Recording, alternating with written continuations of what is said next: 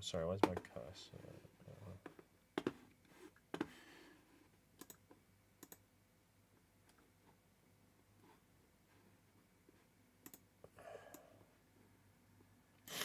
Alright, I'm just going to share the stream on social media quick. Alright.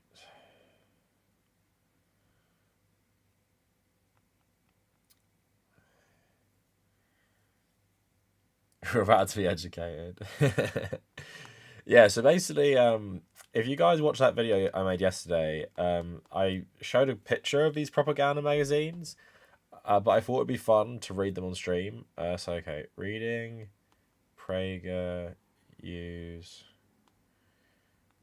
propaganda magazines for kids live on stream. Alright, one sec.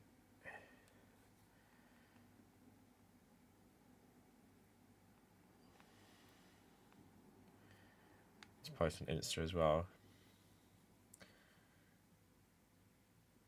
Yeah, 100 million. Alright, one sec.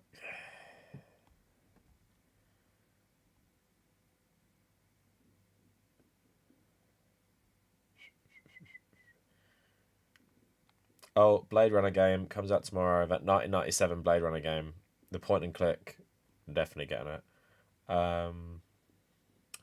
Reading PragerU propaganda magazines on stream now.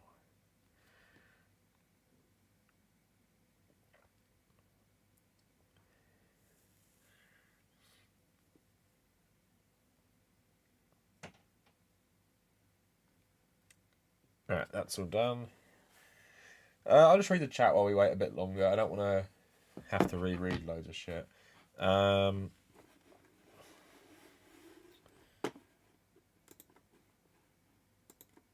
Let me just change the title around.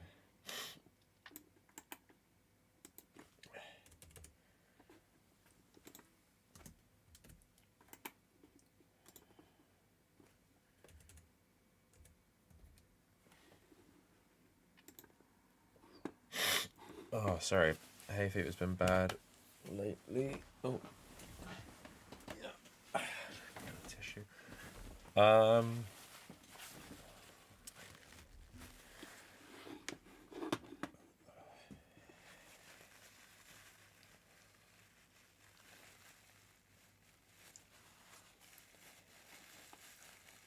Hello, Kavernacle. How's my week been? Yeah, it's been okay. Obviously told you guys, won the five-a-side football league I'm in on Monday. The video last night, doing okay. It's just it's been a bit of a grind lately of YouTube. I'm at that stage really. It's just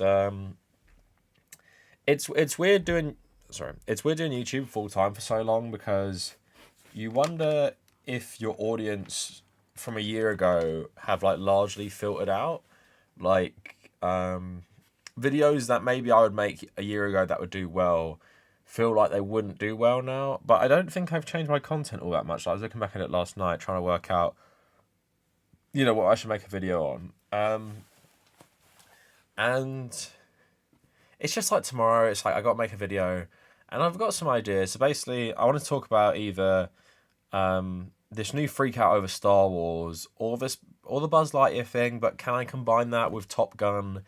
But will people actually even fucking watch that? The Buzz Lightyear thing they will, but I'm trying to find a way to like put it with Top Gun, because they love Top Gun and they're using it for their propaganda, and they're obviously criticizing Buzz Lightyear loads. So I don't know.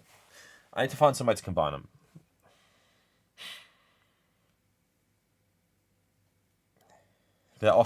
Yeah, so someone was saying like they couldn't believe I didn't know who that guy was. I mean, I think I know a lot of grifters online, but I can't. I obviously can't know everyone. So is that guy like really famous, or like one of the more obscure ones? That Officer Tatum dude.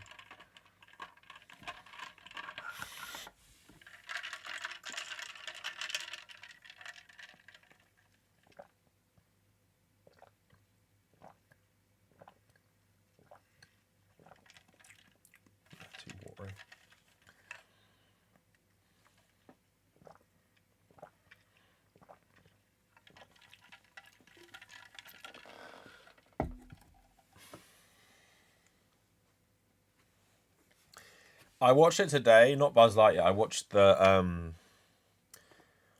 the thing. It's literally like a 5 second kiss. Yeah, Troy. I have seen a couple of them. Some funny Metal Gear ones for sure. Give me 1 second. I'm a bit dark. 1 sec. Let me put my TV on.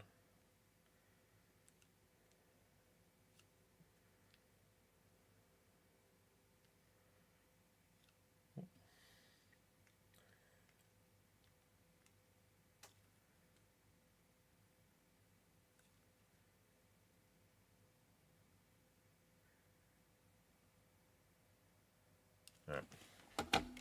Hopefully this will brighten up the room a bit. Didn't really make a difference.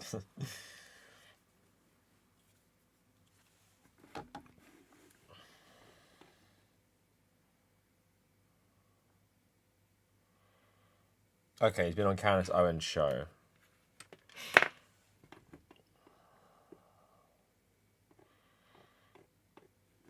Alright, so we'll save the socialist ones to start with. Maybe we'll read this one first. One more. My room just seems dark today. I don't know what the fucking problem is.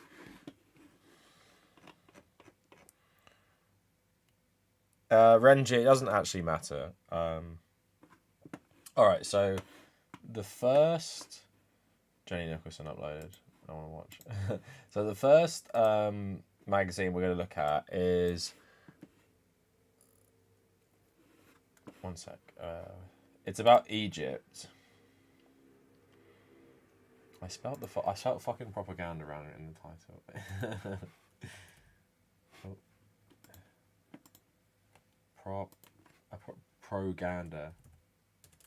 Propaganda magazine for young people.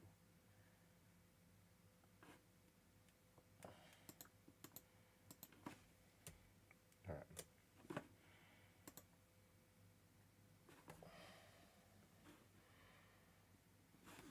So this one's set in Egypt, right? And I don't know what the audience is for these things, but we're gonna have a look. So sorry to get my thing up so you guys see it. So let's have a tiny bit smaller. Actually, wait. All right, this bit is kind of irrelevant. It's just like welcome to Egypt, blah blah blah.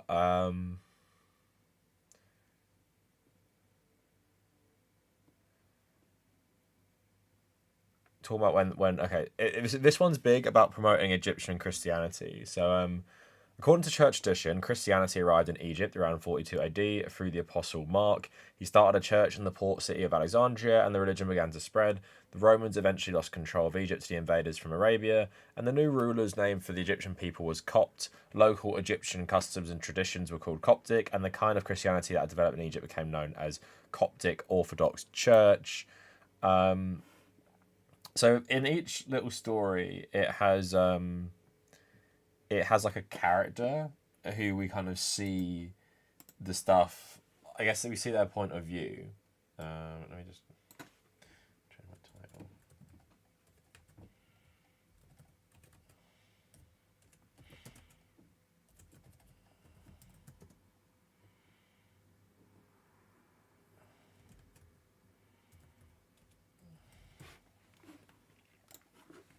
All right. So in this one we got Bishoy. So this is Bishoy. He lives with his family in Egypt's capital, Cairo. Like many Egyptian boys his age, he's obsessed with soccer. When he's not playing, he's either watching matches on TV or trying to steal his older sister's phone to watch soccer highlights. The top Egyptian professionals play for clubs in Europe, and Bishoy collects their jerseys. Until recently, he mostly played soccer with his friends and neighbours in unorganised games in the street. But last year, he tried out for a prestigious youth club, and he made the squad. I'm happy for Bishoy. It took him a while to adjust having coaches play with referees, but he's now the starting striker and the team's top goal scorer. One thing I will say, I don't know if Dennis Prager like loves soccer or some shit. Like soccer seems to come up a lot in these propaganda things. All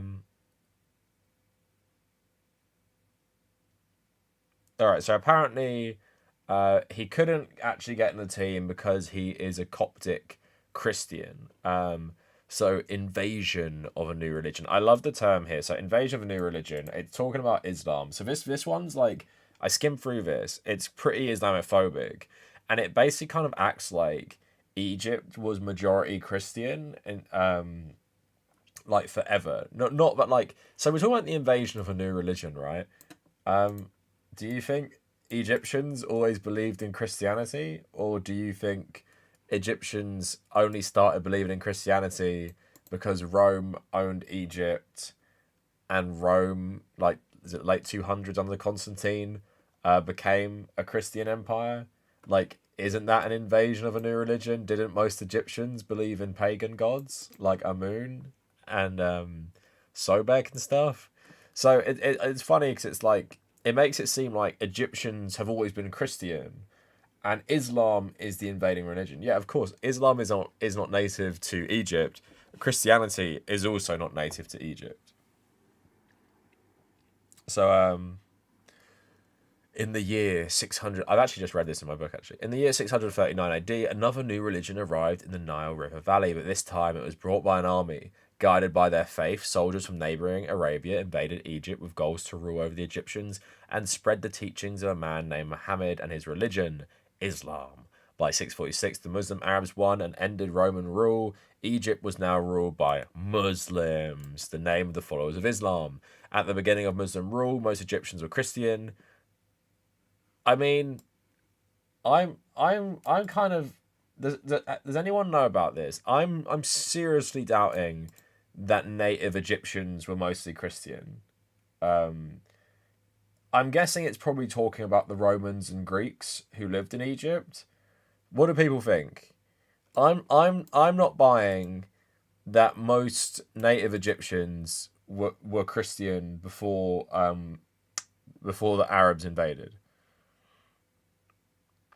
What do people think in the chat?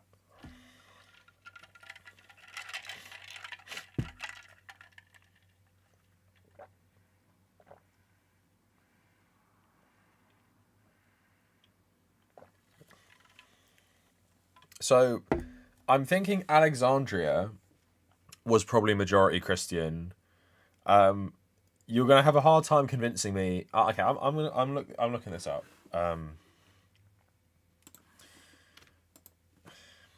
Was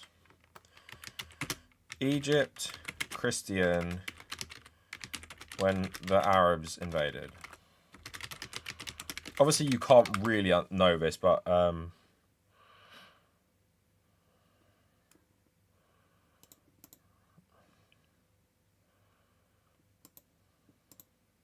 just reading it now. All right, Islamicization of Egypt. Okay.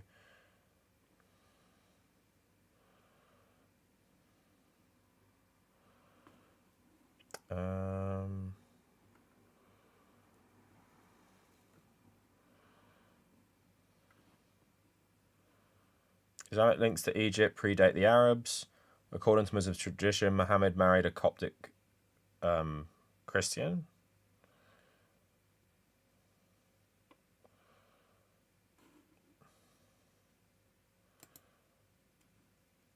All right. Well, it's not. It doesn't matter completely. I'm not saying it's wrong. I'm just a bit doubtful that the majority of native Egyptians were Egypt. If the majority of people in Egypt at this time were Christian, I can buy that a bit more, but we're probably talking about Roman and Greek settlers rather than Egyptians.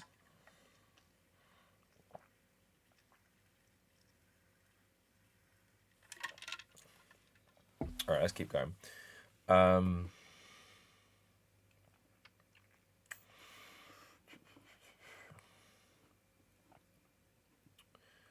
So today, the only Egyptians called Copts are the Coptic Christians, and while they are the largest non-Muslim religious group in any Islamic country, no one knows for sure how many there are.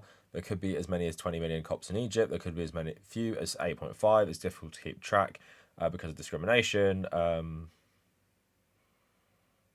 So it's explaining Islam to us there.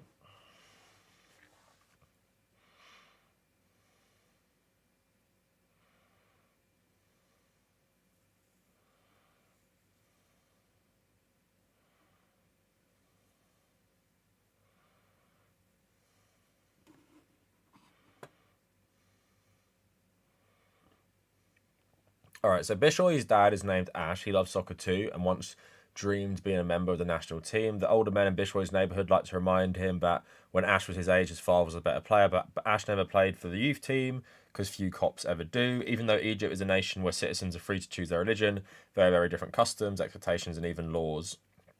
If an Egyptian chooses not to be Muslim, they are often treated differently and sometimes treated very badly. A result has been seen in certain areas. Cops don't participate except in rare situations. It's very uncommon for cops to participate in the government or the military, and it's extremely rare for cops to work as the police or play high level soccer.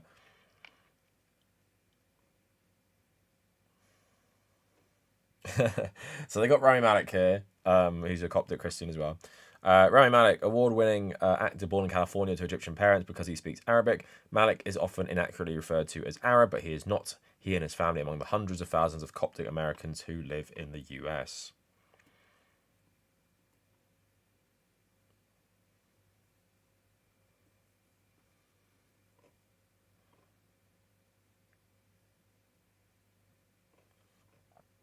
All right, so modern violence. So let's get into stuff I can talk about a bit more. So Ash quit playing soccer when he was not much older than Bishoy. Like many cops, he decided to focus on academics and his Christian faith because, you can't focus on the Christian faith if you're playing soccer. In part because they were kept from the military, cops have had a long tradition of valuing education and entrepreneurship. Today, cops usually have a higher levels of education and often make more money than their Muslim neighbours, and this has been typical in Egypt for generations. Okay, I guess they're better than the Muslims. Over the years, most of Egypt's Muslims have been friendly with the Copts, and friendships between Muslims and Christians is normal. Okay, many Copts are doctors and lawyers, and many of Egypt's most successful businesses are Copt-owned.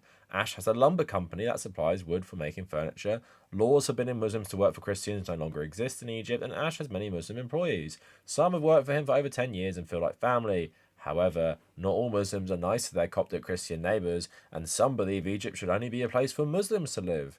These Egyptians who want Christianity removed from Egypt are considered religious extremists, and there is a long history of these types of Muslims hurting Copts through intimidation and violence, right?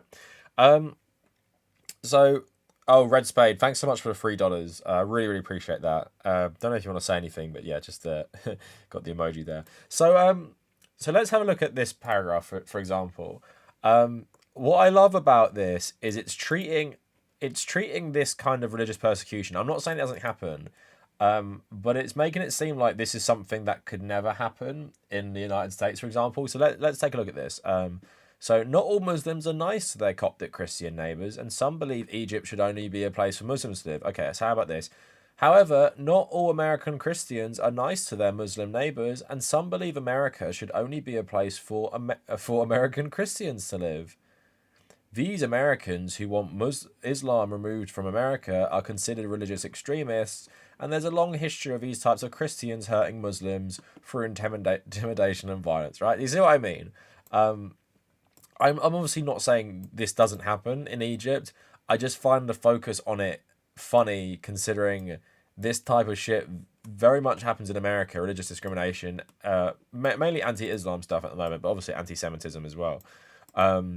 And didn't we just have the 45th president of the United States a couple of years ago try and ban the majority of Muslims coming to America in the world?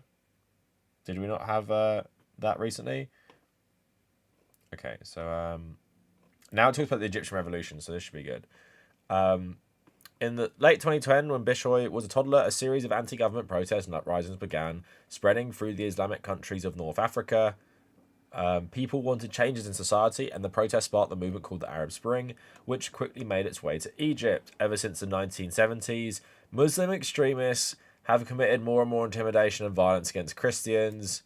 Or can I have a source on that, please? The outbreak of the protest led many in Cop communities like Bishoy's neighborhood in Cairo to hope for more peace between Muslims and non-Muslims in Egypt. I'm not really sure how big a sentiment this was during the protest, but we'll get back to that.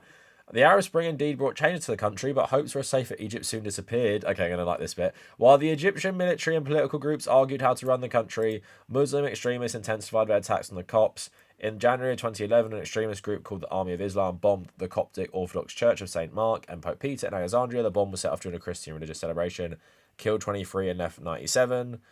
Injured extremists do not think cops have the right to exist in Egypt, and they began burning churches across the country, and rarely did 6 months go by without news come to Bishoy's neighbourhood of something terrible happening to his fellow cops. Eventually, the anti-Christian violence came to Cairo, and even to Bishoy's church, but nothing happened to him or his family. So basically, what I thought, I don't know if this goes into it. What I thought it was going to say, I thought it was actually going to, focus on the Muslim Brotherhood, becoming the government. That's what I thought it was going to say. So that's why I said this should be good. But anyway, let's go back through this. So ever since the 1970s, Muslim extremists have committed more and more intimidation and violence against Christians. So one thing I'll say about this, not saying it's not true, but it's acting. This is the problem with simplifying this stuff. If you obviously know about Egyptian politics and like the rise of Arab socialism, you know while Egypt isn't a Muslim country, they seriously don't like Muslim extremists, right? Think about the Muslim Brotherhood, which is this conservative Muslim group, which has been made illegal multiple times, and they literally were thrown out of the government after being democratically elected. So while these Muslim extremists, and they also attack the government, by the way, are like committing more and more intimidation and violence against Christians, yeah, I'm not denying that. But the problem here being is it's acting like Egypt became Islam, Egyptian government is Muslim, and somehow, like, I'm not even defending the Egyptian government, but like somehow because the Egyptian government is Muslim, this means Muslim extremists are kind of allowed to carry out more attacks against Christians. While I dispute that, because especially in places like Sinai and other places, Muslim extremists actually attack the government, which is, you know, historically, wouldn't call it secular, but it's definitely not Islamist. So think about all the fear-mongering about the Muslim Brotherhood that's been done in Egypt, all the reprisals, repression, putting people in prison. Literally, Morsi was elected the leader of Egypt in a democratic election, and because he was Muslim Brotherhood, the army did a coup and overthrew him. So I'm not, like, obviously they're using the Coptic thing to basically tell people, oh yeah, all Muslims are bad, Egypt's a Muslim country, therefore this violence against Coptics, everyone's complicit in it. It talks about Muslim extremists, but it also reminds us that, yeah, a foreign religion of Islam took over Egypt because, as we all know, Christianity was native to Egypt. So let's keep going. So talked about some of the terrorist attacks we just spoke about.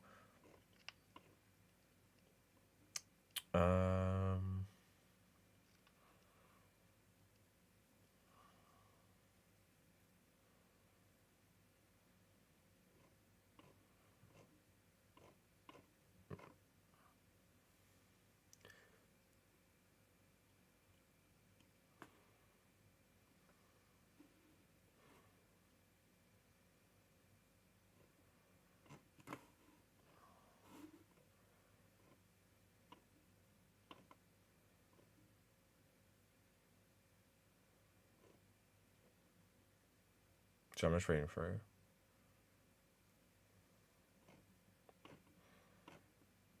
Alright, so I made my point about this one. This is just a warm-up one because we're going to get to the socialist ones now. So I wanted to go to this one specifically. So here is one about North Korea. And obviously, just like with the Egyptian thing, I'm sure it makes some maybe okay points about how North Korea isn't a nice place to live. But most things we know about North Korea in the West has been given to us by unreliable narrators. Essentially, people like Yeonmi Park lie about their experience in North Korea because it's what Americans want to hear. And this has happened a lot with North Korean defectors. Some of the most famous North Korean defectors have been exposed as liars, or at the very least embellishing the truth. And I made like two articles. I made like two videos about this, and there's a really good article by The Guardian from like 7 years ago, and it just says, why do so many North Korean defectors lie? So I'm sure this will be good. I'm sure this will be really good, this one. Okay, welcome to North Korea. So in Far East Age, okay, we'll skip that bit. The Empire of Japan invaded Korea in 1910 and brutally controlled the peninsula for 35 years. After the US defeated the Japanese in World War II and forced them out of the peninsula, Koreans looked forward to a new era of peace and freedom. Instead, however, they faced a new invader, communism. Due to this new enemy, there is no country today named Korea. The peninsula is divided into two nations, South Korea and North Korea, and they are so different that there no longer is a united Korean culture. Yeah, so invader, like, faced a new invader. Who's the new invader? Kim Il-sung is Korean, isn't he? Kim Il-sung was a communist long before the war ended. Mao is a communist in China. Is that an invade? Like, it's not Chinese communism. It's like this Korean form of communism made by the Korean Workers' Party. It's not an invader, and I love this is what PragerU does all the time.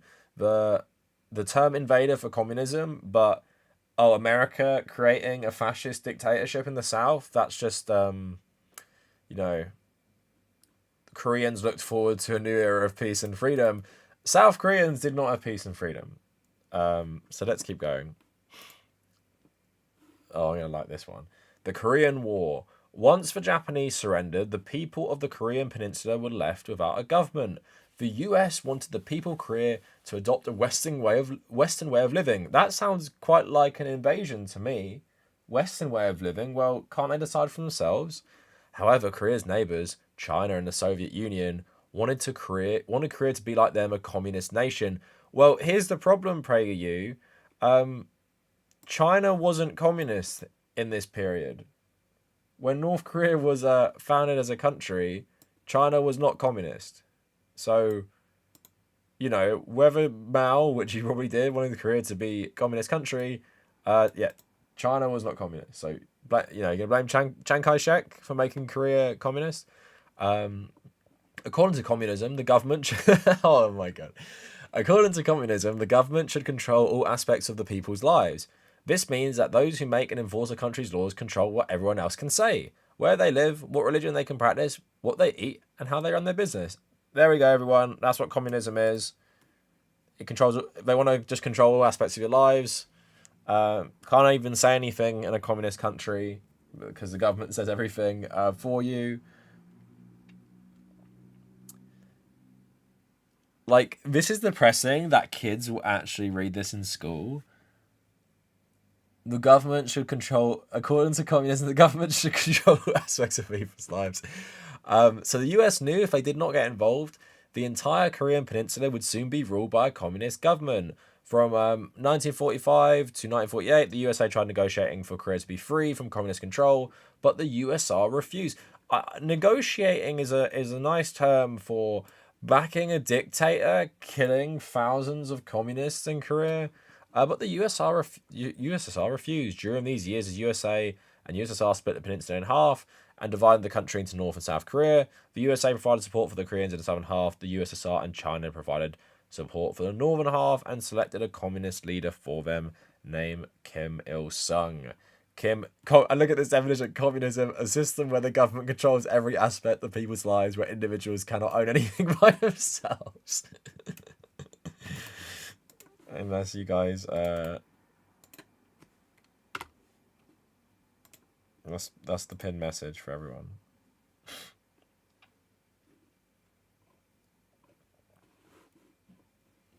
All right, so meet Jong Sim, one of these fake characters. So, Tai Song and Jong Sim are brother and sister. Their lives are very different from everyone else in the world. They are from a small village several hours away from North Korea's one large city, Pyongyang, and it rarely has access to electricity. Jong Sim is in middle school and lives with her mother and father. Tai Song left the village a little over a year ago and has now an impressive position in the North Korean Ministry of Social Security. Jong Sim misses her brother very much, but she's proud of him and his success. Jong Sim does not have any toys or a bike, and in North Korea, pets are not allowed. The government gives her clothes to wear, but they are all dull brown, grey and green.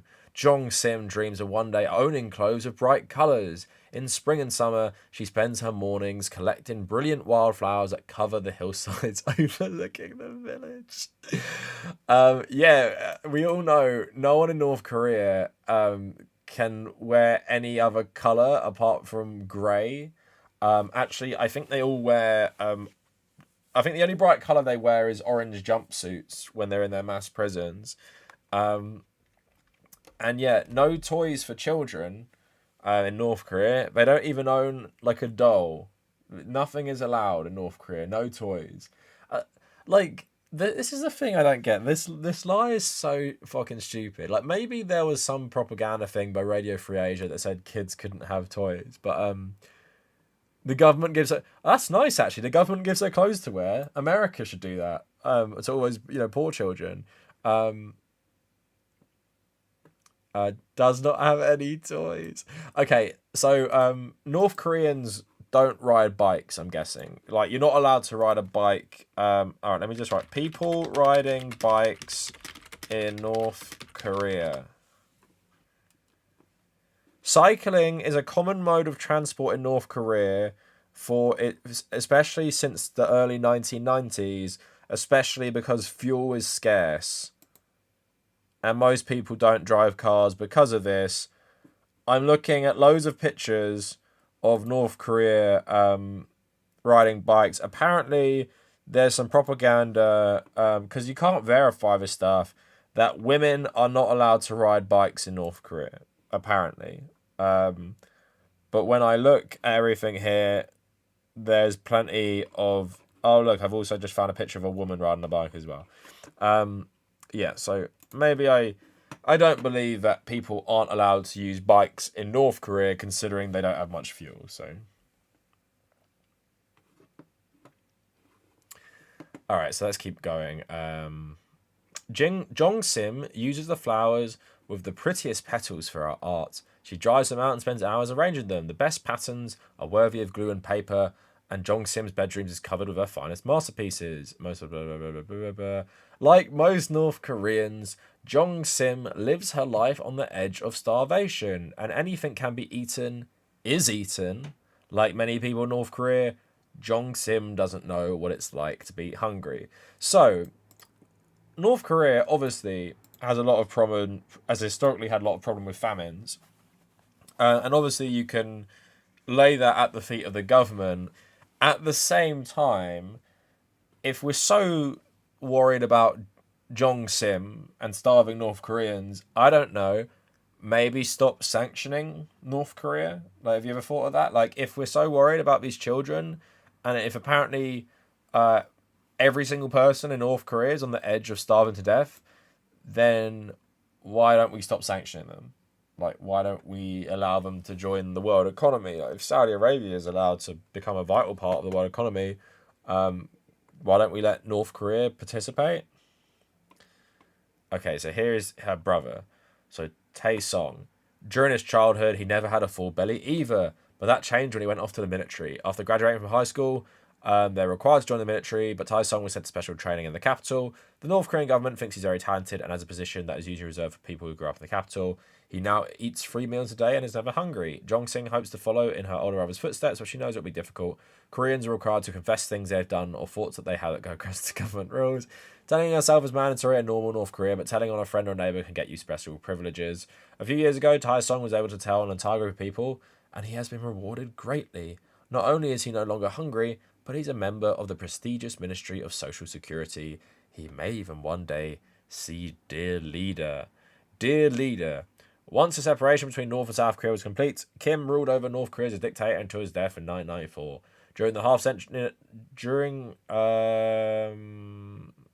He carefully created a world where he could complete control and no one could challenge his authority. The government built monuments and statues to him all over the country, and Koreans are required to show these statues proper respect whenever they pass them. Alright, I don't want to focus this too much. Religion is against the law in North Korea, but everyone must worship the dear leader because they are told he's one who provides them with everything they have.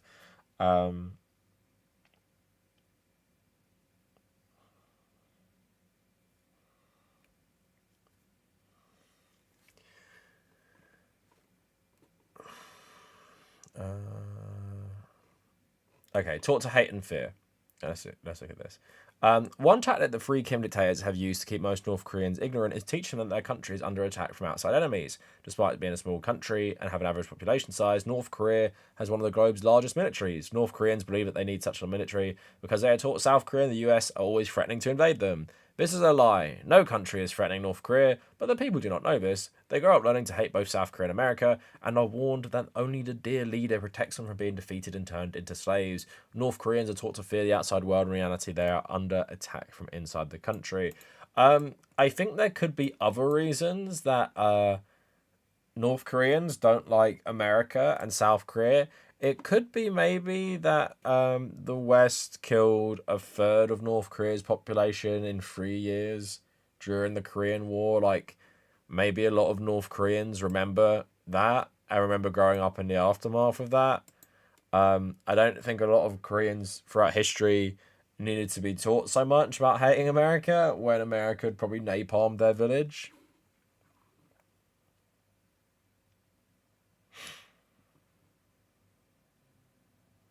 All right, so let's keep going.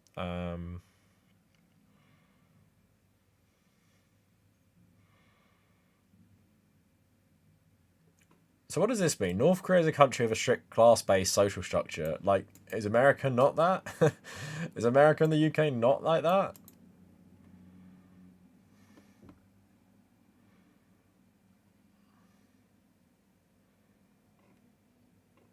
All right, it's gonna make this thing.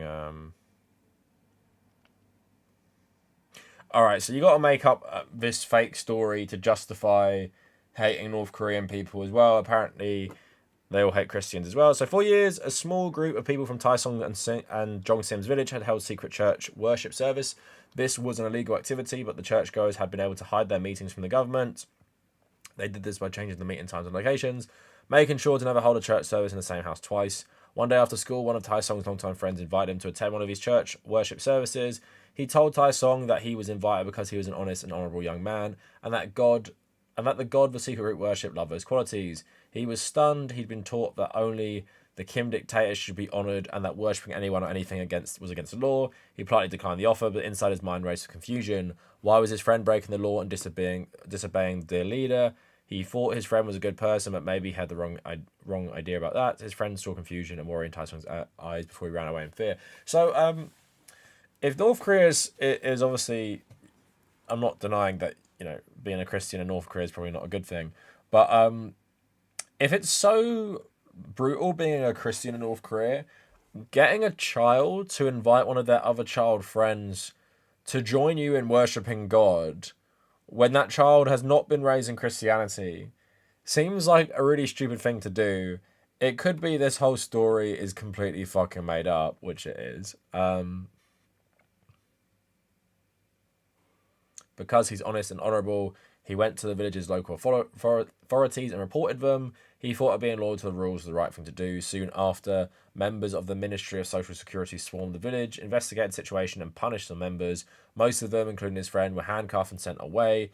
2 church leaders were publicly killed in the main village square, and the government publicly honoured Tai Song for his bravery. He was now considered a local hero, and Jong Sim was very proud of her older brother. The government even rewarded him with his new position that we've been talking about. So the capital. Moving to the capital for training was a shock to Taesong's senses. He had grown up eating one small meal per day, usually a mixture of rice, roots, and flours. There was so little protein available, he had to eat mice and rats, which of course is something that Yomi Parker talks about. However, in the capital, he ate 3 meals a day, featuring meat or eggs. For the first time in his life, he wasn't hungry, and he had energy he'd never felt before. For a while, the smells and tastes were overwhelming, but the biggest adjustment for him were the sights and sounds. It seems like quite a nice place, actually. Taesong was used to life in the village when there were no cars or electricity. In Pyongyang, however, there are many modern skyscraper buildings, traffic-filled avenues, and electricity that can be used 24 hours a day. It took blah blah blah. Many people who live in the capital hold important positions in the government and military. Most live in apartments with televisions, and some have cars and cell phones, but none of them own any of these things. So this is the biggest load of shit, like that I always see with communism. It's that they can't distinguish between private property and personal property. So private property is like owning buildings, land, all that stuff, right?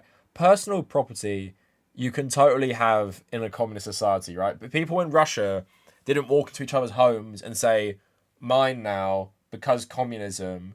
In Vietnam, you don't walk around and like grab someone's bike and nick it and be like, well, it's communism. We all share now because no one, the government owns it all, and we're all part of this government, the people.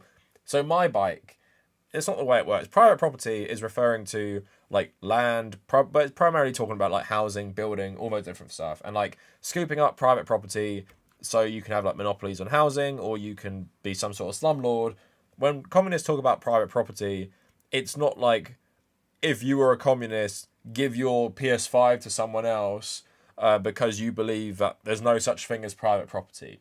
It seems like a bit of personal property, like property. It's not actually like a massive house or anything. It's like, that's my water bottle, right? Like the government doesn't own that. It's not you're not redistributing someone's personal belongings.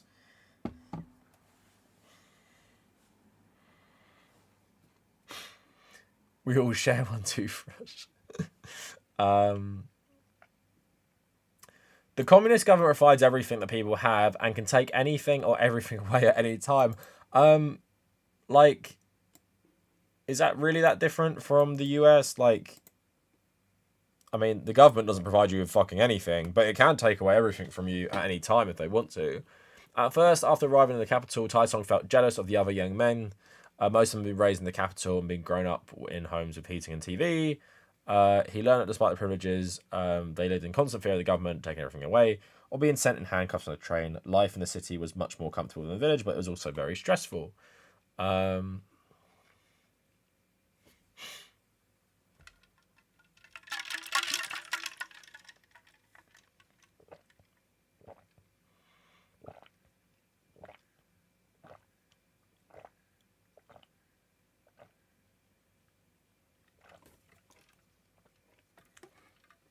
All right, this one should be good. South Korea versus North Korea. Following the Korean War, the US decided to keep a military presence in South Korea. Some Koreans, including Psy, who sung Gangnam Style, considers that an occupation himself. And they helped build a new nation into an ally with shared values, meaning they helped establish a fascist dictatorship that slaughtered loads of people and create a brutal system of capitalism. The results have been incredible. It took decades of growing pains for South Korea to adopt some Western ways into their culture. But this whole thing is just racist as hell anyway. But by the 1980s, they had transitioned to a free, democratic, and modern nation. In 1988, they hosted the Summer Olympic Games, and the world saw that they were thriving. Meanwhile, North Korea was entering a crisis. The Korean peninsula is rich in natural resources like iron ore and coal, and North Korea sells these materials to other countries, mostly China. But instead of using that money for food, energy, or to make North Korea a nicer place to live, Kim Il-sung chooses to use most of all the money for his military and security forces. He sounds like the leader of another country. Could Kim Il-sung be very similar to nearly every American president? But instead of using the money for food, energy, or to make America a nicer place to live, Joe Biden chooses to use almost all the money for his military and security forces. To provide food for the North Korean people, Kim relied on assistance from his Korean War ally, the Soviet Union. What happened if the Soviet Union could no longer help? While South Korea was demonstrating the benefits of freedom, the communist world was in chaos. From the mid-1980s to 1991, the most powerful communist country in the world, the Soviet Union, completely collapsed. This had a huge impact on North Korea because they relied heavily on their support. After the fall of the USSR, North Korea needed food fast, but the communist system didn't want to make it possible to increase food production. And the result was a massive food shortage. Like, obviously these people, like, I know a lot of people do believe in this shit. Is this trying to tell me that South Korea is like completely food sustainable? Like South Korea, this extremely populous nation, every bit of food in South Korea is provided by South Korea. Everyone just eats South Korean food. Does that happen? No, it doesn't. So the communist system did not make it possible to increase food production. Production being the key word. Yeah. I'm living in the UK right now. Most of the food we eat is imported. The capitalist system cannot provide us with food production. it's obviously like a bullshit argument. The reason North Korea is starving in this context, if they're desperate for food, is mainly because most countries in the world, apart from maybe Russia and America, or formerly the Soviet Union, need to import most of their food. And America probably, I don't know the specifics. I'm guessing America probably does import most of its food, but it does have the capabilities, if it needed to sustain the population. Like, probably not on the same diet they have now, but if there was some sort of like world crisis or something, America, Russia, probably China as well, and India do have the capabilities to feed a lot of people. Maybe not India so much. Whereas, like, yeah, I'm not surprised North Korea couldn't. The UK can't. Most countries can't, but people began to starve. They blamed the shortages on natural disasters, but it was the result of terrible leadership decisions. So this is the sick thing about this. Over the last 30 years, millions of North Koreans have starved to death. If that is like verifiable, I'm sure like a lot of North Koreans have starved to death. Isn't part of the problem sanctions on North Korea itself?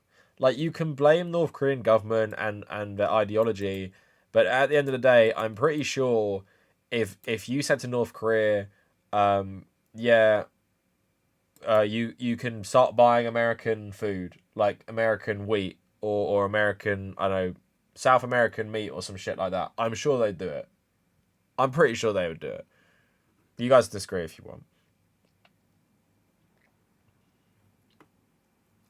During the same year, South Korea has grown into one of the most successful countries in the world.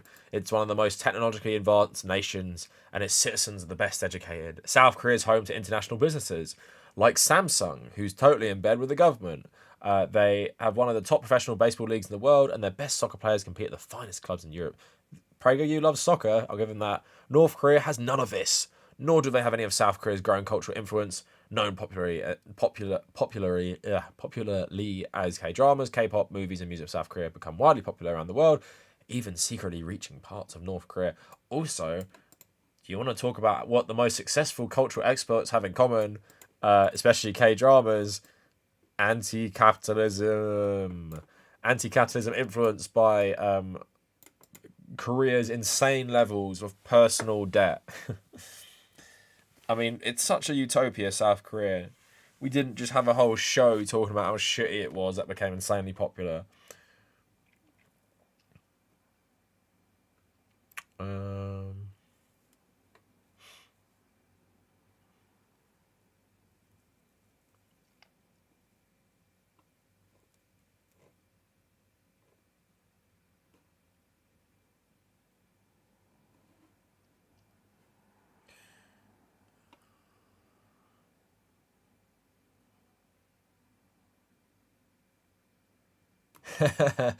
All right, so this is the Tai Song character.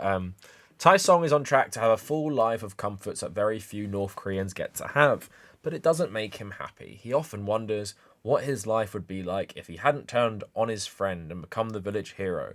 He is beginning to understand his participation in the system that keeps a very small number of North Koreans happy and healthy, while others work, starve, and live in fear. Sometimes Tai Song wishes he'd go back to when he didn't know what he knows now. He was always hungry, but he wasn't part of the terrible government that hurt so many people. So you can change this. He's beginning to understand that the participation in the system that keeps a very small number of Americans happy and healthy, while all others work, starve, and live in fear.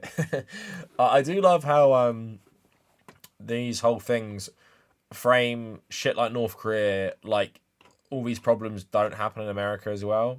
I don't know what happened to his sister. So there you go. That was a nice little article.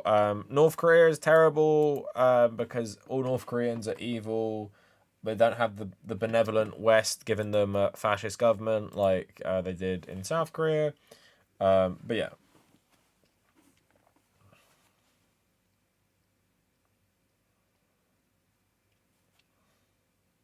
Yeah, the North Korean character in the Squid Game said the South sucked too. Yeah, exactly.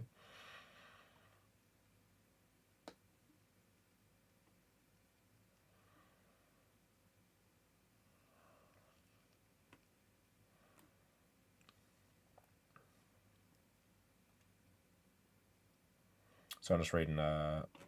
Yeah, so I mean, I don't know what I was really expecting. I guess it's just there isn't even an attempt at nuance. Like it wouldn't say like why is Korean communism, well, why was it popular in the first place?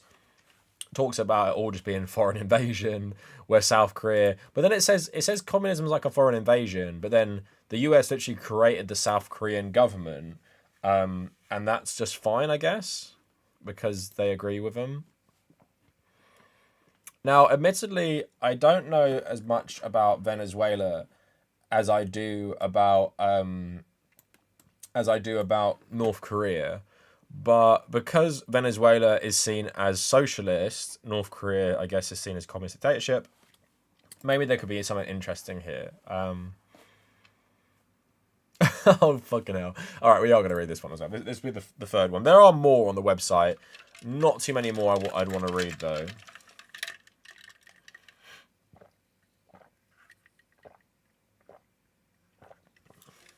All right. Venezuela time. Viva's life under socialism. So Venezuela is one of the poorest countries in South America. Really poor before socialists took over, by the way. And obviously a very good thing Hugo Chavez did was take the profits from the oil revenue and put it into social programs. Obviously, when the oil economy collapsed in, I think, 2014, a lot of the country went to shit. Like, not defending everything to do with Maduro, I would say, although I don't buy into a lot of the propaganda about Venezuela, I would say, to me, the military in Venezuela, way too influential in the running of the economy. It reminds me a lot of Egypt. It reminds me a lot of Iran. And yeah, I don't totally agree with it. You know, Maduro's reforms of the democratic system. I don't want to speak about that because I've watched videos on it, but with stuff like that, I think you need to do a bit more of your own research because just like North Korea and other countries, a lot of what your opinion on these things are is often just very tinged by Western chauvinism and Western propaganda. So I'm not going to speak to that. But yeah, I'm not saying Venezuela is a perfect country. I also admit it's an extremely poor country, and the sanctions that have been going on there are totally unjustifiable and brutal and hypocritical. Same with sanctions on Nicaragua. Like, again, don't totally agree with the government or anything, but it's just when you have a poor country, putting massive sanctions on it by the most powerful economy in the world is just like insane, basically.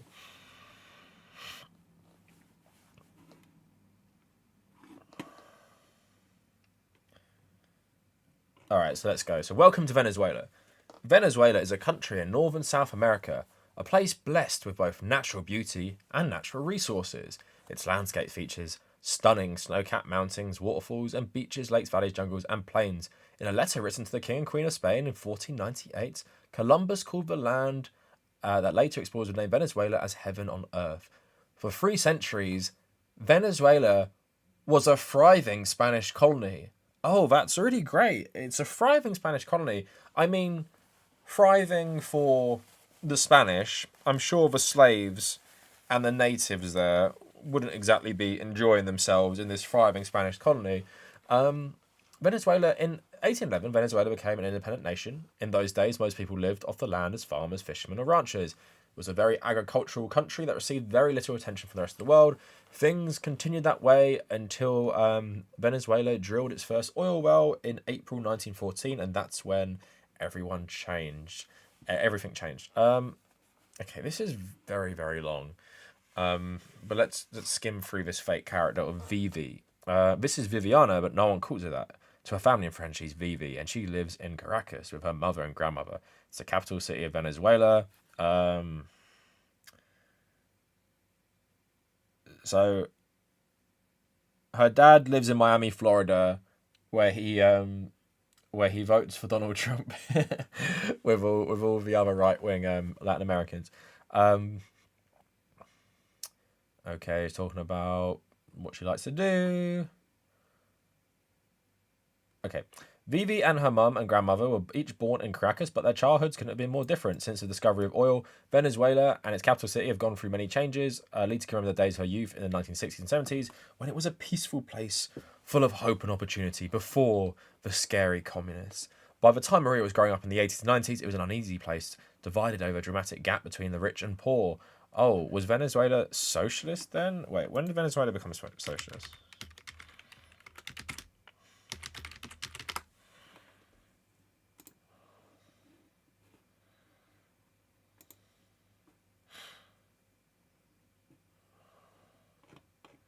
I'm just going to get up the history of the 60s and 70s. Who wants to bet there's some sort of like fascist government in power?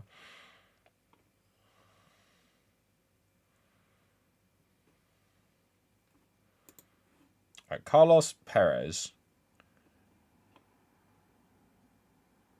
Was he socialist?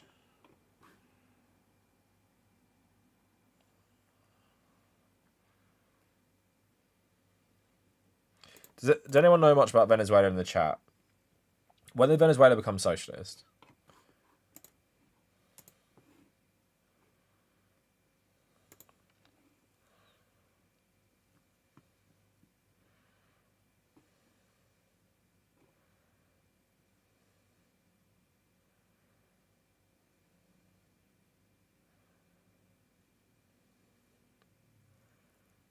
I'm just reading about it.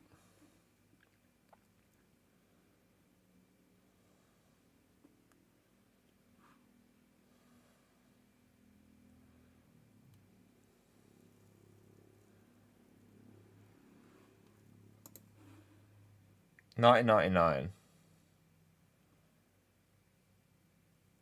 Okay, run by the a socialist party. Yeah, Luigi, I was actually talking with someone about this today. Peru and Bolivia, I think, are two with the biggest indigenous populations. All right, anyway.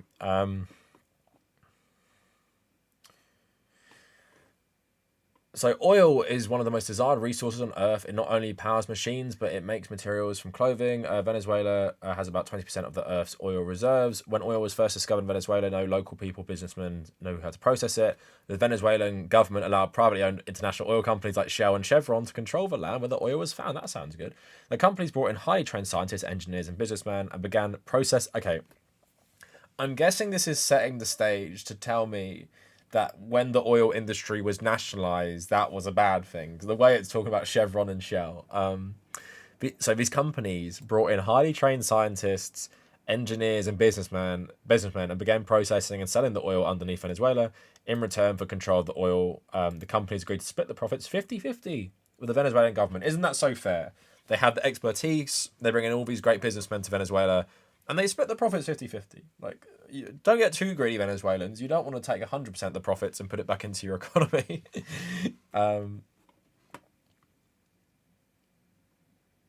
Okay, so this is her grandmother, I'm guessing. Talking about the oil industry. Okay, so again, it's trying to tell me it's quite good the oil company's making so much money. During Lita's childhood, the global price for oil was high, which meant a lot of profits for oil companies. The government was getting half of those profits, so there was a lot of money available to invest in the country and make it a better place. Was only getting half, though. This investment happened in Caracas, which was transformed into a beautiful modern city with magnificent buildings. Okay, let's centralise all the wealth in one place in bed with the oil companies. Instead of using the oil money to improve the countryside and small towns and the nation's interior, many government leaders were corrupt and stole hundreds of millions of dollars for themselves and their friends. So yeah, I think obviously this Lita person did not live in socialist Venezuela. So this paragraph is trying to tell me that the government basically has always been corrupt, and 50-50, while generous, what actually happens is many government leaders were corrupt and they stole hundreds of millions of dollars for themselves. Wealthy neighborhoods became common in Caracas, and her family was part of a growing middle class. Her teenage years were carefree, took long walks through the clean and safe city streets, and she loved a city that was surrounded by tropical hillsides. Unfortunately, by the time she ran her cafe and had a daughter of her own, Caracas had changed, and most of the hillsides was gone.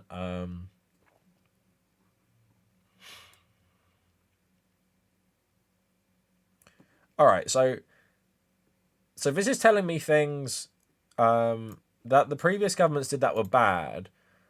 So it's very risky for a country to be overly reliant on one industry. Things can be great and the prices are high, but bad when they drop.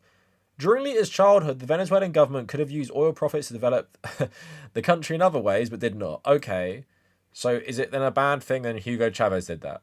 I'm guessing I'm guessing they don't think it was a good thing. This led to a lack of opportunity for Venezuelans from small towns. And also, yeah, what system was Venezuela operating under in this time?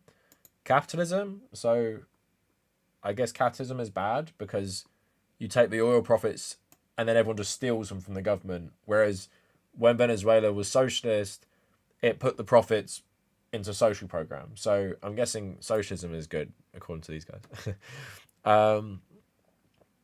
Talking about shanty towns developing. In the 1970s, the price of oil plummeted, which cut off the country's main source of income. The Venezuelan government was desperate to raise money, so in 1976, they decided to try socialism and nationalize their oil industry. Very cool. This meant that the international private oil companies... Look, I knew it. I knew it. You guys heard me call it out. Look, when I said they're talking about how great the expertise of Chevron and Shell was. So they nationalized the oil industry. This meant that the international private oil companies, with all their knowledge and expertise, were kicked out of the country, and the government would now receive 100% of the oil profits. That sounds really good, actually. Unfortunately, the government had no idea how to run the oil business, and the country became poorer. Yes, I'm sure when the oil companies were kicked out, both no Venezuelans knew anything about extracting oil. Like, none of them knew anything. It's just like, how could they? They're not Westerners. They might be even brown people. How could they know about how extracting oil works? They need American expertise. They need oil companies working people to fucking death. Yeah, the country became poorer because they nationalized the oil industry. Okay, I don't buy that. And it's obviously not true. Having the government control oil made life worse in Venezuela. It's just... So this is why this is so bizarre. Obviously, this isn't aimed at, like, adults and everything, but it told me up here that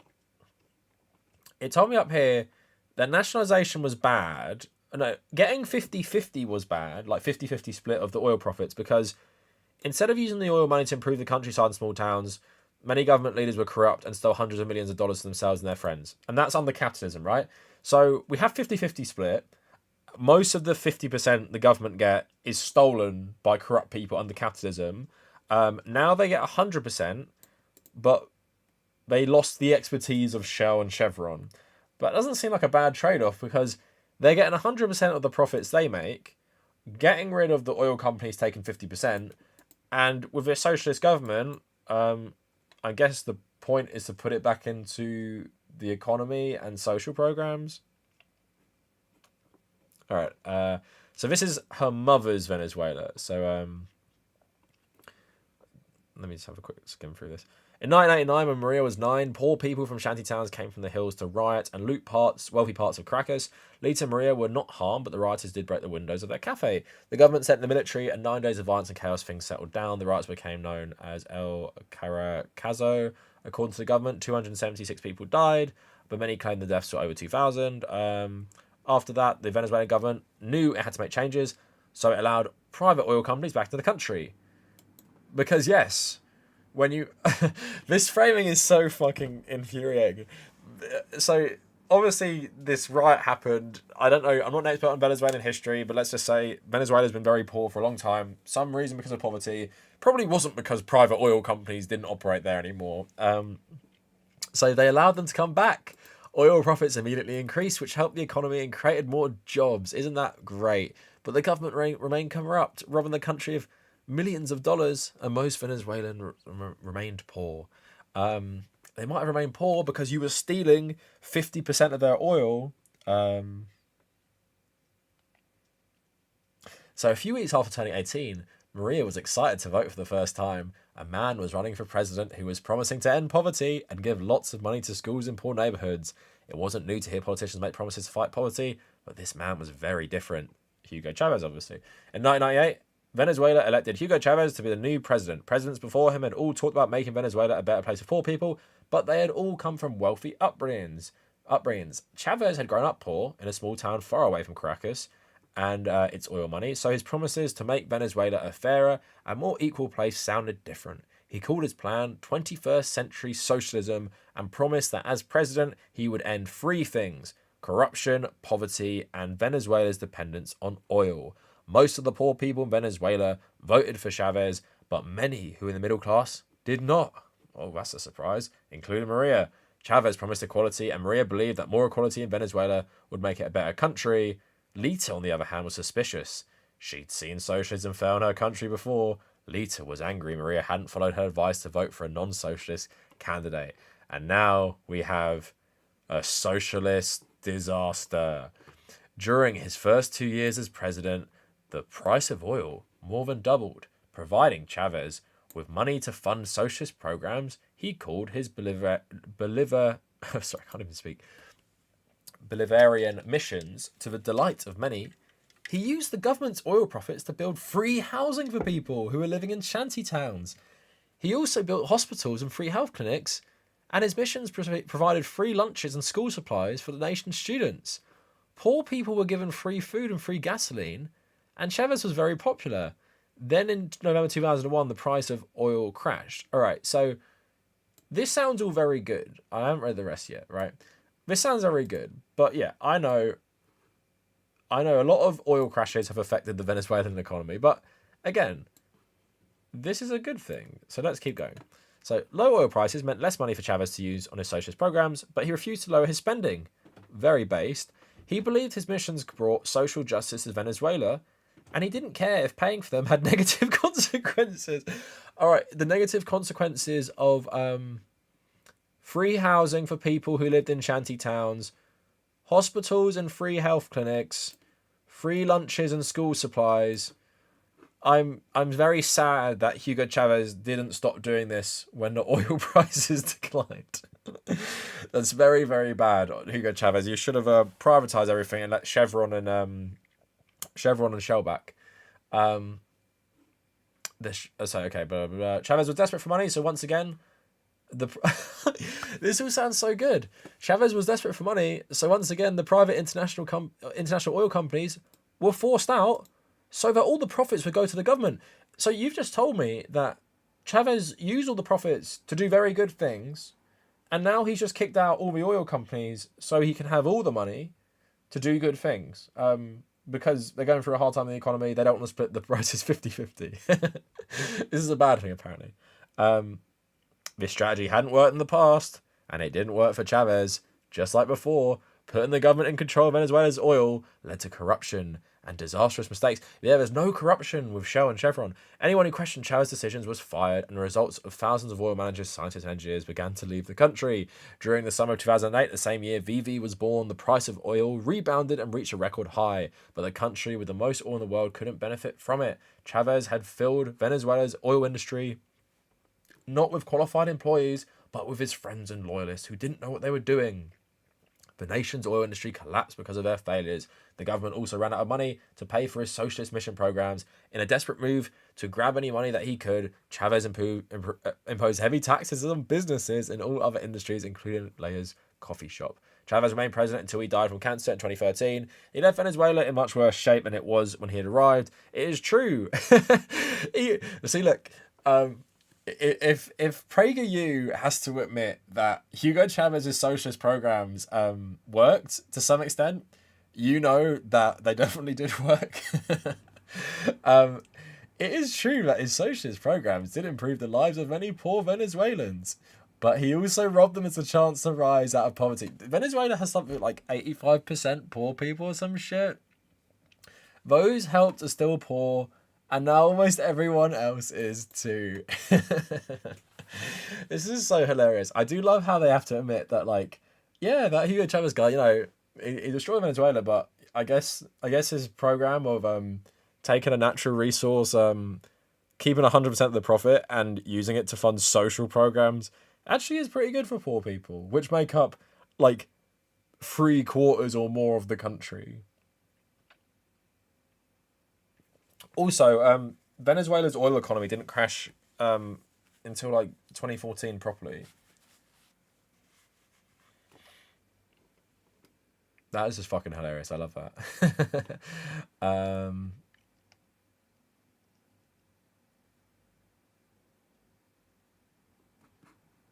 This sounds good as well. Thanks to Chavez and Maduro, Venezuelans can collect free food and supplies, but the amount that the government can give people is not enough to survive in Caracas. It got so bad that they lost 20 pounds the average adult. People were starving and desperate. Desperate people do crimes to stay alive. It's one of the most dangerous places on earth. Like I said in the North Korean video, America, if you care so much about Venezuelans' access to food, stop sanctioning them, maybe.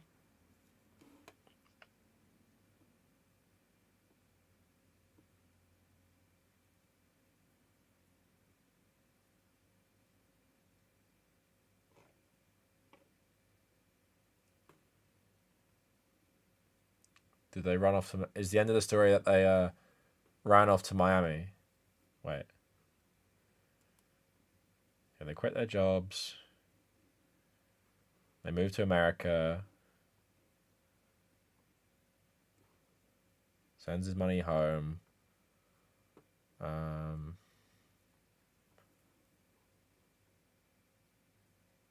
Everyone's too scared to leave.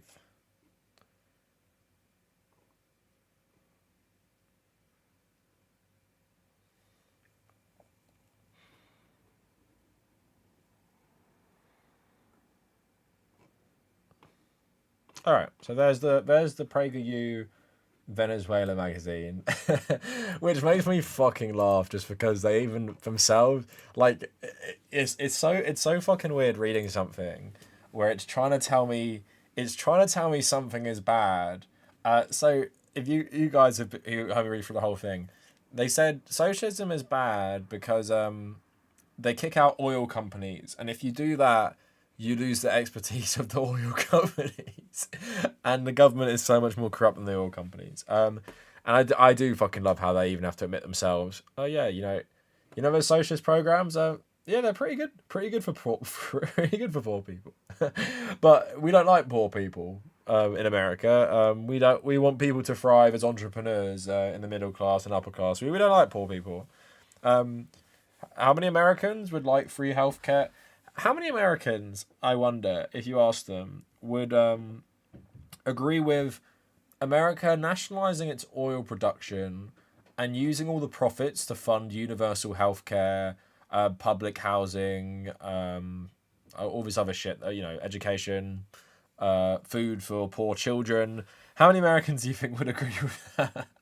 But PragerU tells us that, like, yeah, it was a good thing, but they kicked out the oil company.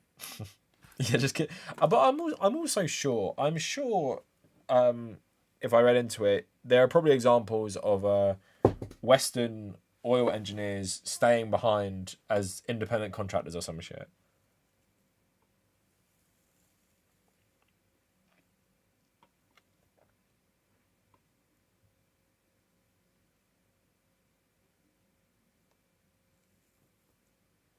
Yeah, prioritizing people over profit, a true monster. I wonder if I think the US should have 50% of oil income go to the government. Yeah, yeah, fucking exactly. Like, even if you said that, yeah, like, should the US like nationalize half of the oil industry? Like, for every sale of oil, the US government gets half, and then you can fund social housing with it.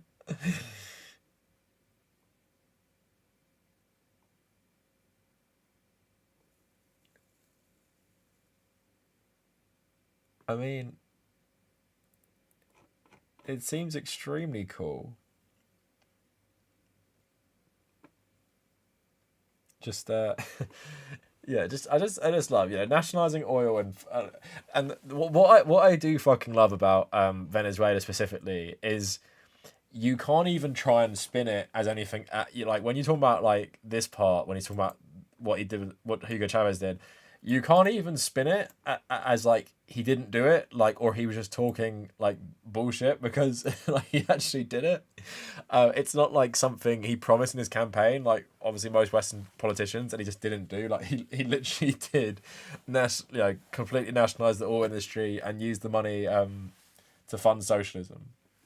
Sounds pretty good. I mean, I don't know much about the Venezuelan economy. I don't know how easy it would be to diversify. Like, does anyone know in the chat what is apart from oil, what's Venezuela's main export? Like what like fruits, or is it Venezuelan coffee or something? Like what's the agricultural stuff? I don't know if it has a significant like meat industry or coffee industry, but very funny.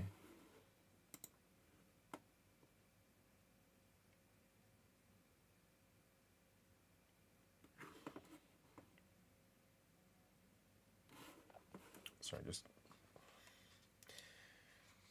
cocaine. Where does most cocaine come from? It used to come from like Peru, didn't it? Iron steel is a number one. I'm gonna get this up quick.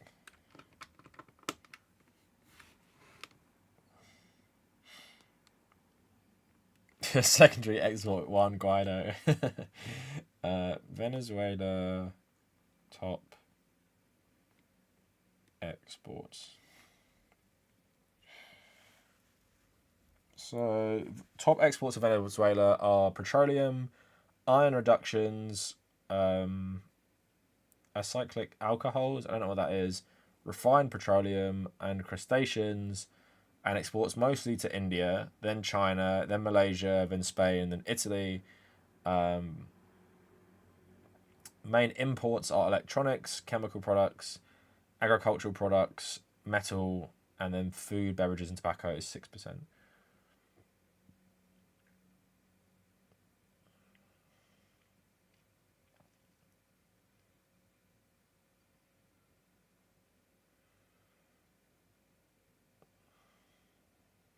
It is funny. The US is still Venezuela's biggest trading partner, though. Apparently, 23%.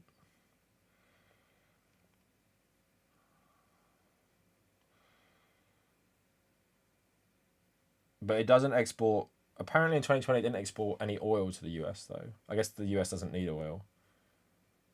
Or you think it would with all the gas prices right now. Yeah, I remember that song on Donkey Konga, Super Luigi.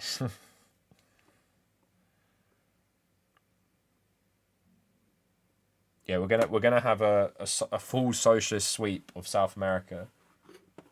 We need Brazil, full sweep, united socialist South America. It's like the plot of Call of Duty Ghosts coming true. United Latin America invades the US. That game is so fucking racist. But the one thing I will say, if Latin America did like organize together and invade the US, I wouldn't say the US didn't have it coming. I'm obviously messing, but like, obviously the US intervention in South America, like over Monroe Doctrine, all that stuff, absolutely despicable. So.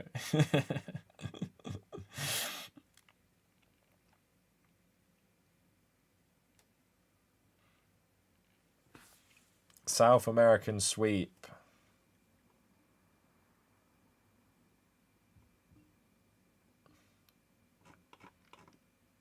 It would be based. I mean, like, it's like if Vietnam invaded America, like you wouldn't say America didn't deserve it as like a nation state. I mean, Vietnam can go liberate America, I think, from capitalism.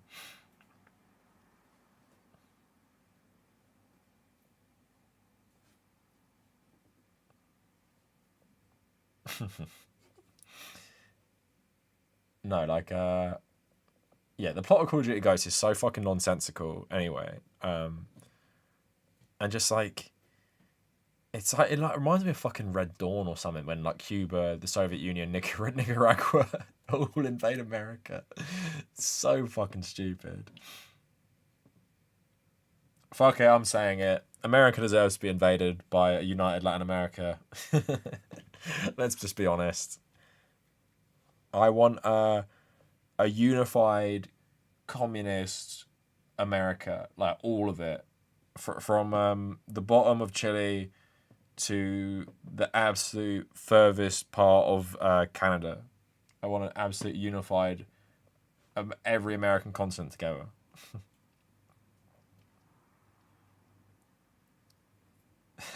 North Korea invading America. That's even more fucking stupid than Latin America invading America. Union of Americas, yeah. Isn't that what it's fucking called in the game?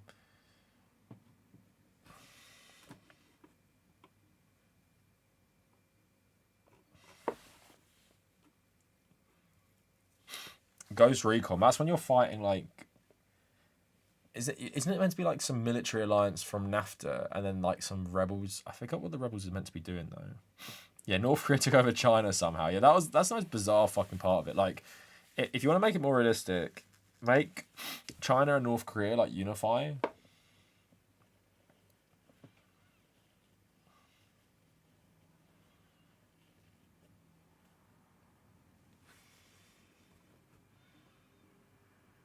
Damn, I want to play Homefront again now that I'm actually like basically a communist.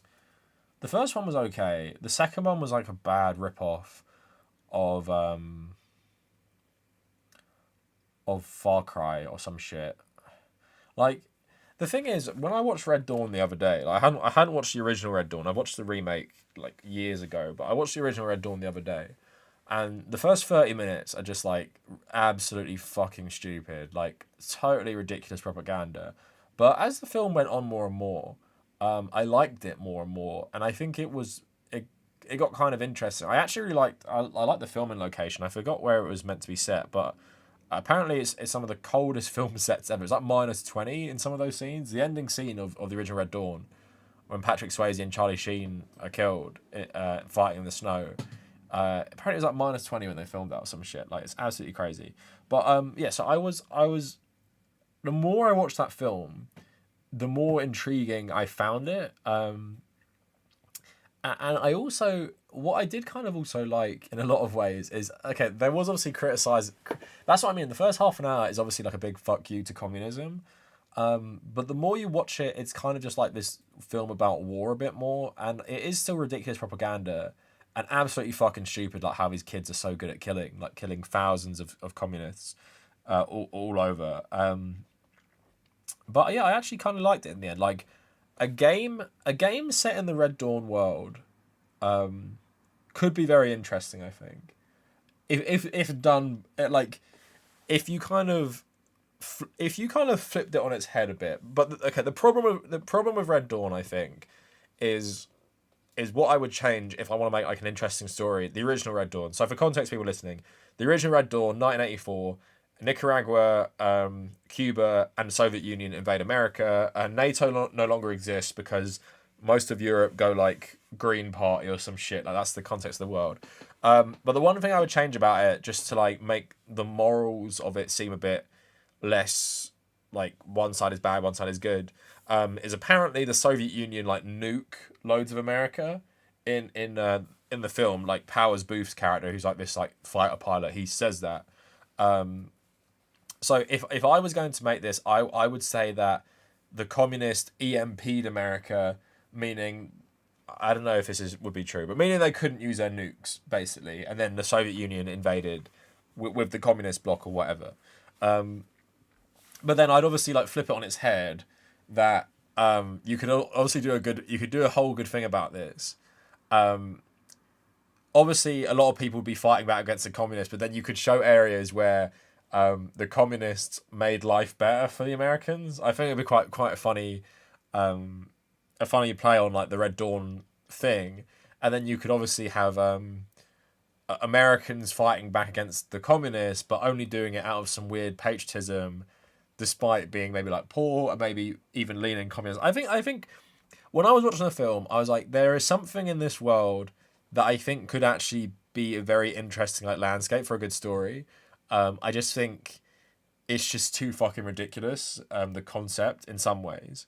But I think you could flip it. I think you could flip it all on its head, and I think you could even make an interesting Red Dawn type film where, let's not just say it's like the Soviet Union, like other countries join together to overthrow the American government, like because the way America's going right now, let's say America basically goes full fascist, like America becomes like a worse version of Russia or some shit, and then the rest of the world come together, like I don't know, maybe some Western European states and like Latin America or whatever, and China like overthrow the U.S. government. Like I think there could be like an interesting play on Red Dawn that could make actually a good interesting story.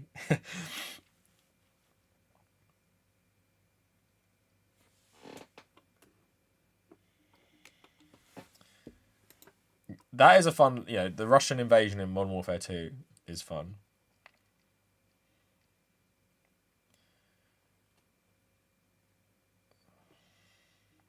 So Spooky says, how can I describe communism and socialism in a way that makes it impossible for a person you're talking about to be confused by?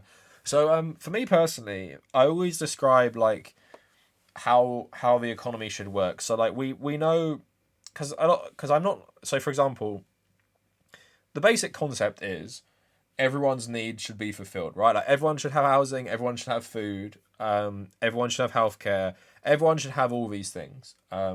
Everyone should have them. All this stuff. And most people in the world are poor. Most people, even in the West, aren't, in America, is that most people live paycheck to paycheck.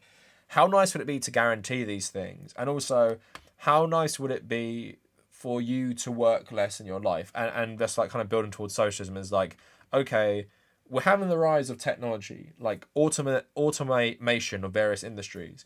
So when something gets automated, that means if we work in a more communist society, that means you just stop working. Like you don't need to work anymore. Like you specifically, your job is done. The robots can take over now.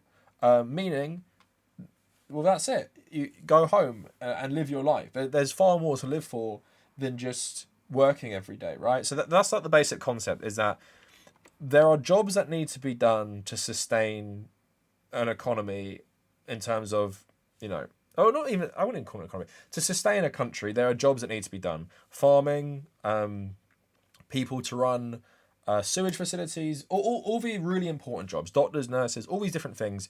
Obviously, you can't have a society without them, but the hope is as technology gets better, you don't need to do these jobs anymore. And when you don't need to do those jobs anymore, that means you do not need to work. And obviously, you guys will know, there are lots of people who will want to do these jobs. Like, lots of, especially doctors and nurses, they would do these jobs anyway, most of them, right? How many people work for the NHS? That isn't like great money or anything. Would they do that anyway? They probably would do that anyway, a lot of them. But if you had all their needs taken care of, so they don't have to worry about food or housing or rent or bills or anything like that. That's the goal. And no one's saying it's going to happen overnight. But if you have that goal in mind, that's what reforming society should lead to, right? It's not going to happen overnight. It's not going to happen quickly. But it should be that when like you should not have to suffer in these extremely wealthy nations, like the richest nations that have ever existed, some of them, like the USA. You should not have to suffer, should not have to like hate your life, wonder why you're even born, feel like the only point of living is to make someone else money. So I think the basic thing is freedom to live your life is the main thing. The freedom to live your life with is, with the least obstructions as possible. Yes, people will need to work, and I would say if we get rid of all the bullshit jobs, which there are so many of them, and then you could have more people working in the important jobs, but they'd work less. So if we got rid of all the bullshit jobs and more people had to be bin men, more people had to work in water treatment, more people had to work in, I don't know, running a state broadband company. You'd hire more people, so you'd work 3 days a week, or you work 2 days a week, but you would just work for the common good of society. You wouldn't work for a paycheck because you wouldn't need a paycheck. That's like the overall like utopian vision of like a society pushing towards like socialism, communism. But also the problem being what you'll come up against with a lot of people is, and this is why I don't have much hope for the future. I don't think humans are fundamentally capitalist, but I think so much of the world that matters in terms of the people who do the most pollution, the people who control the economies, the populations of these countries are brainwashed by capitalism, like a religion, essentially. It's not that humans are inherently aren't cooperative, and a lot of people say capitalism is human nature. Well, modern capitalism was only invented 250 something years ago, with the Industrial Revolution. Humans aren't inherently capitalistic. Humans are inherently cooperative. And if you look at our like closest like relatives in the animal kingdom, I mainly say bonobos and gorillas because chimps are just horribly aggressive. But bonobos and gorillas are a very social species, just like us. Gorillas live in big troops, obviously led by an alpha male. But if you watch gorilla families, like children will be looked after by other people in the community. They'll raise each other's kids. They'll like work together to forage food, help each other build nests and stuff like that. Bonobos as well are a species that are like us, but they barely even fight each other because everything is done through like either sex or just different ways of cooperating. And I think, obviously primitive humans are more like that, but even in like tribal society, there's often hierarchies, which I obviously disagree with. But in a tribal society, you have your roles to survive, right? So in Native American culture, you didn't like very traditional Native American culture. The hunter didn't go out, kill a bunch of animals, and stockpile the food for himself and his family, right? It was for everyone because that was his role, and that's what basically when you think about like a more socialistic society is you contribute what you can and you do what you can to help the overall community, and that's what humans instinctively do that. It's only in a capitalist and especially American individualist capitalist mindset where you're like, well, I will not do that unless it benefits me. Like it has to benefit just me or my little group of people. And I think that's brainwashing that is very hard to break out with because I've said this before. Western consumer capitalism is not sustainable. Like we can't just turn around tomorrow and every person in the world lives the same lifestyle as an average Westerner, because the world can feed everyone. The world can provide for everyone. Like the natural resources we have, and the way we can farm things, it can provide for everyone. Consumer capitalism is not sustainable. And if you said to someone, and this is a poor example, but for example, okay, I have an iPhone 10. I think it's an iPhone 10. We can't. The whole world can't have iPhone 10s. Like we can't all have this technology because it would basically just destroy the planet in creating this product. The same way we can't all have cars. Like we just can't all have them. So you need as well a radical reorganization of society. So this is a poor example, but like if someone said to you, you have to, and just because it makes more sense, like you have to now use an iPhone 3, but and you have to, I don't know, play a PS3 instead of a PS5. You have to drastically change, like you have to eat less. You can't have as much excess food, for example. You have to do all these things so everyone can live equally, and someone that you don't even know can have a better life because you're going to be, while you might have to, I wouldn't say decrease your living standards because it's not going to like affect your health or affect your life expectancy, but it will affect your consumption. If you scale that back so someone in a poor part of the world can have the same quality of life as you, like a very good quality of life, would you do that? And the problem is, as I'm even saying that, you guys will know the answer from most people in the UK or the US is, I will not do that. Why should I do that? They just have to work hard like me. They have to earn it. Blah, blah, blah, blah, blah. As if global capitalism isn't reliant on Western countries keeping poor countries poor for exploitation. And that's it's the problem. Okay, it's a poor example because obviously the components in this are probably quite similar to the components generally, apart from maybe the processing chip and stuff, to an iPhone 3. But you get what I'm saying. Like if someone said you've got to scale back your consumption, not your quality of life, but your consumption, so someone who's very poor can have the same quality of life as you, and billions of people across the world will be lifted out of poverty, and you'll all live like a similar standard of life. You'll all have a life expectancy of, I don't know, 85 or something, like average life expectancy. You'll never be hungry. You'll get all your meals a day. You'll have sustainable housing. less pollutant economy, less pollutant economy, all that different thing. How many people would say, yeah, I'd be for that? Like, I'd do that. And yeah, personally, it would scale back like some things I enjoy in life. But if I'm in the knowledge that it's going to raise like most of the world out of poverty, I'm happy to sacrifice that because and that's one thing I think people don't realize. We can't all like the scale of mass consumption in Western countries. That is, the world just can't be like that. Every person in the world cannot live the lifestyle of a Westerner, in terms of pollution, in terms of like consumption of food and food waste. You just can't do that because the planet can't sustain that. But the planet can sustain a system where everyone has a decent quality of life. But you just have to actually try and make that system, which is never going to happen, in my opinion.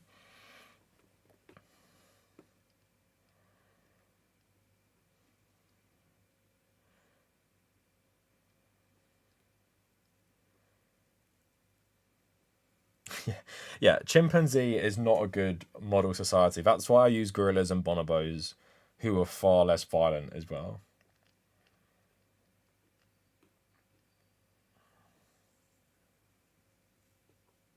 Yeah, after 1,000 hours of studying and writing, Marx failed to account for human nature. So yeah, but basically my argument against human nature is we're brainwashed to think humans are individualist capitalists, and a lot of you guys are American, so you know firsthand. What are you taught about in America?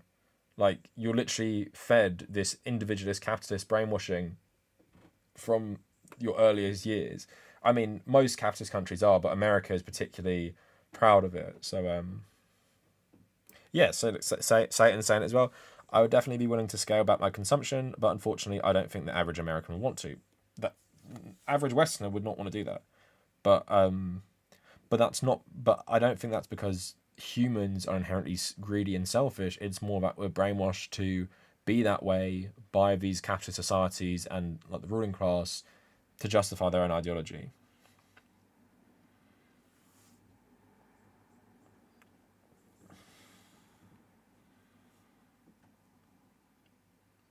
And yeah, it's just shitty. Um, so that was a bit of a tangent for the end, but yeah, that's how I talk about how you. That's why I don't believe whatever as a species of human. Like, I just don't think there's going back from the capitalist brainwashing. To be honest.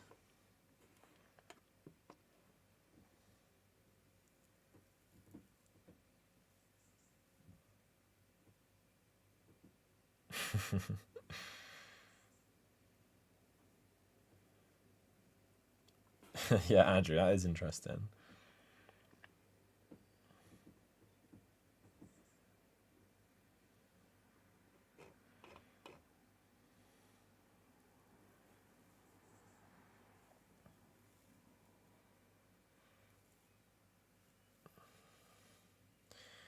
But yeah, it's just too much division in the world. Then I'm also obviously not talking about religious division and other stuff that keeps humans divided among themselves. Obviously, the invention of race in like the 1500s, another thing that divides humans, which is hard to overcome. So yeah, but I mean, at the very least, you'd want countries to turn more socialist, but and you can still get rid of you can still get rid of the main system of capitalism in your own country. It's just the getting rid of global capitalism is really hard. That's why I'm never that hard on countries like Venezuela or Cuba or Vietnam, countries that are doing something different while participating in global capitalism.